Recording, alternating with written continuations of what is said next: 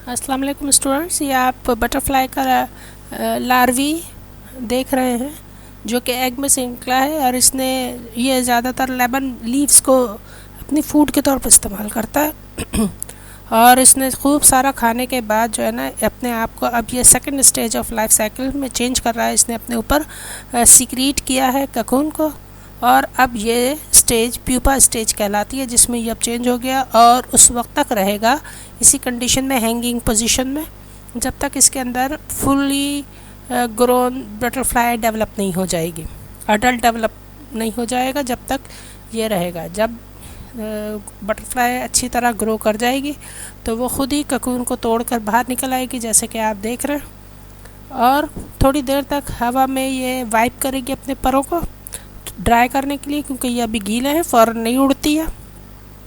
और जब वो ड्राई हो जाएंगे तो वो फ्लाई कर जाएगी। आपने लाइफ स्टेजेस देखे बटरफ्लाई के लाइफ साइकिल के, ठीक है। ये सेंटर के साथ जुड़े रहिए, सब्सक्राइब करना ना भूलिएगा। वीडियो अच्छी लगे तो लाइक ज़रूर कीजिएगा। Thank you so much.